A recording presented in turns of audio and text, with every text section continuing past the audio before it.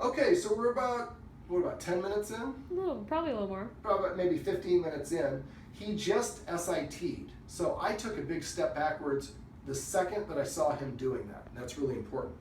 Now, if we want to shoot him again, you see his back paw is shaking a little bit. And that's because this is a new experience for him. It's not fear, it's not a negative, it's just he's developing a new way of being in the kennel and he doesn't quite understand how, so he's just being. So we're not going to worry about this, the vibrating or the wiggling, or what did you call it? Shaking. Shaking, Yeah. thank you. Shaking is a better sounding term. What we're waiting for at this stage is for him to LAY. As soon as he does, I'm going to take a knee, and now you can film me again. As soon as he LAYs, I'm going to take a knee and I'm going to hold out a treat with my palm up facing the ceiling with a treat right here. And I'm going to say COME. Now I do this, a lot of dogs won't COME right away. We have to kind of coax and lure them out. Or when they come out, he's going to come out like in slow motion. You sure you want me to come out? I thought you just got done saying you want me to stay in there. What it is, which one is it? It's stay when I say stay, or when you go in the kennel, based on this exercise, you have to stay in there until I give you the release word. Now, in between doing this, you want to do the thing that we were doing in the first video. Every once in a while, come in here, throw a treat in, let him go get it, and let him leave. So, doesn't mean that every time I go in the kennel, I'm going to be forced to stay in there. Sometimes I go in there and just get some a really amazing treat, and I get to leave. So you should do that probably 5 or 10 times a day when you're not practicing this. Every once in a while, just walk by, go in the bathroom, have some in the bathroom, and just go ahead and toss one in there, then go to the bathroom, do your thing. Right, there we go. So now film me. Now film him. Come.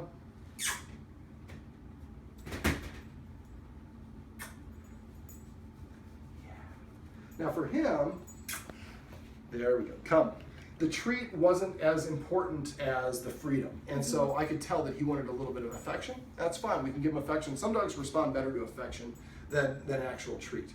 Now you see now you see a little bit in that shake off, okay, now I feel a little bit better about myself.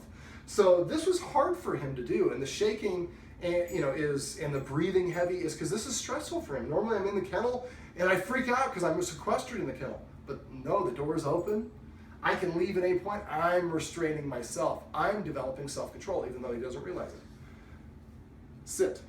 Okay, so this is the next stage. Now I'm going to describe what we're going to do. I just described it off camera, but I'm going to describe it again. How long is the video right now?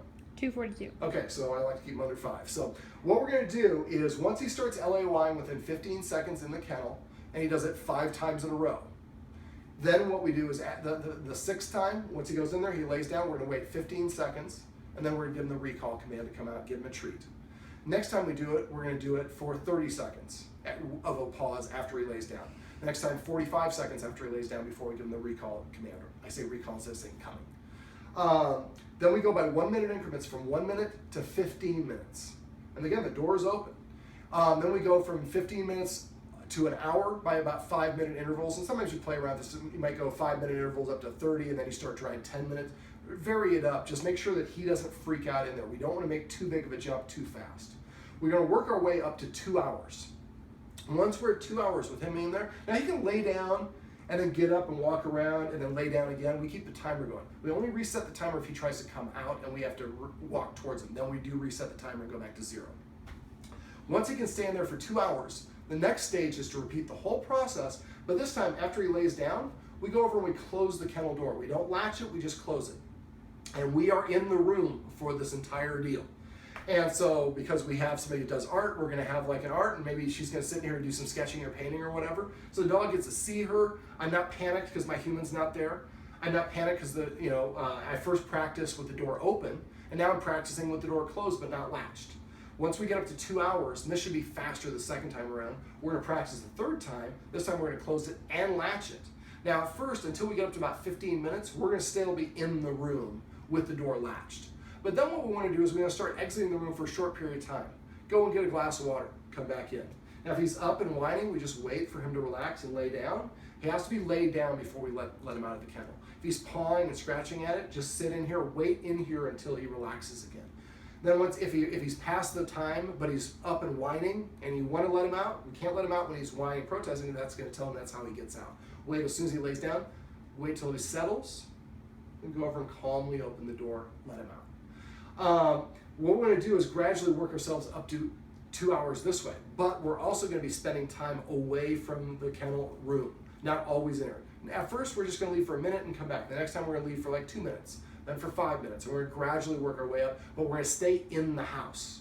So he knows that we're here, he can smell us, he can hear us, but we're just not in his line of sight. But because we practice the other two versions of this, he should be nice and calm and content in the kennel.